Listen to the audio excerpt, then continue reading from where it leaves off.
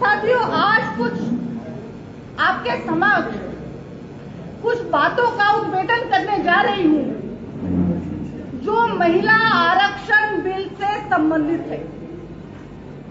उद्भेदन का मतलब कि कुछ ऐसे खुलासे करना चाह रही हूं जो मैं चाहती हूं कि आपके माध्यम से जनता तक पहुंचे। और शुरुआती तौर पर ही मैं कल की एक बात का जिक्र करना चाहूंगी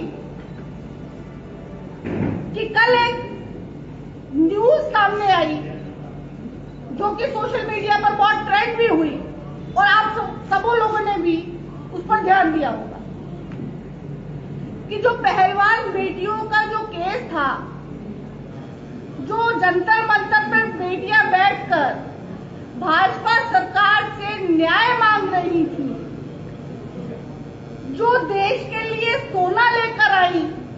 और विश्व पटल पर भारत की एक पहचान दर्ज की, वो गोल्डन गर्ल्स जो महीनों तक जंतर मंतर पर बैठी रही, जिनका महीनों तक केस दर्ज नहीं हुआ, तमाम संघर्ष के बाद और सुप्रीम कोर्ट के दखल के बाद वो केस दर्ज हुआ। उसी केस की कल एक सुनवाई में दिल्ली पुलिस ने सुप्रीम कोर्ट के सामने एक बयान दिया। और वो बयान क्या था, आप गौर करिएगा इस बात पर कि वो बयान क्या था। दिल्ली पुलिस कहती है कि ब्रजभूषण शरण सिंह को जब जब मौका मिलता था तब तब वो पहलवान बेटियों का यौन शोषण करता था, उनसे छेड़छाड़ करता था। ये अक्षरश मैं आपके सामने प्रस्तुत कर रही हूं जो दिल्ली पुलिस ने सुप्रीम कोर्ट के सामने बयान दिया। और अब आप सोच रहे होंगे कि यहां महिला आरक्षण की बात करने आई थी और ये पहलवान बेटियों का किस्सा लेके छेड़ के बैठ गई। तो ये किस्सा कैसे छेड़ के बैठ गई, इसके पीछे भी एक कहानी कि वो व्यक्ति जो पहलवान बेटियों का शोषण करता था और जिसने नाबालिग बेटियों का भी शोषण किया और पॉक्सो एक्ट में जिसके ऊपर मुकदमे दर्ज हुए, वही व्यक्ति जब प्रधानमंत्री जी नारी शक्ति वंदन बिल ला रहे थे और उस पर भाषण दे रहे थे, वो व्यक्ति पार्लियामेंट में मौजूद था। न केवल पार्लियामेंट में मौजूद था बल्कि मुस्कुरा रहा था, हंस रहा था और इस बिल को लाने में अपना योगदान मोदी जी को दे रहा था।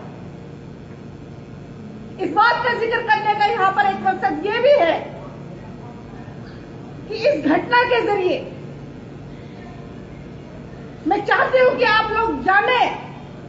कि भाजपा का वास्तविक चाल चरित्र और चेहरा क्या है। और आप सभी भाइयों के माध्यम से मैं ये पूछना भी चाहती हूं मोदी जी से कि मोदी जी, ये कैसा दोहरा चरित्र है आपका, ये कैसा दोहरा व्यक्तित्व, ये कैसे दो चेहरे कि एक तरफ आप नारी शक्ति वंदन बिल ला रहे हैं, यानी नारी को शक्ति बता रहे हैं और फिर उस शक्ति का वंदन कर रहे हैं, यानी कि पूजा कर रहे हैं, और एक तरफ आप उस व्यक्ति को अपने दामन में संजोए हैं जो नारी का भक्षण कर रहा है, जो नारी को क्रंदन करा रहा है, जो रुदन करा रहा है, जो बूटों तले कुचलवा रहा है,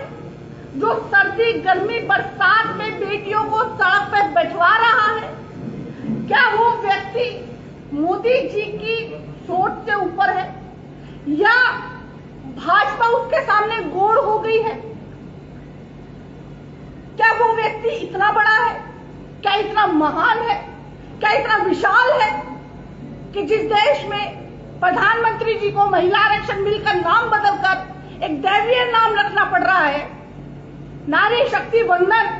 उसी नारी शक्ति का दमन वो व्यक्ति कर रहा है और उसी संसद में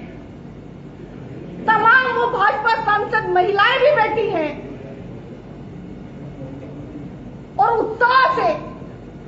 उत्साहवर्धक तालियां बजा रही हैं, तमाम तरह के गेस्चर दे रही हैं।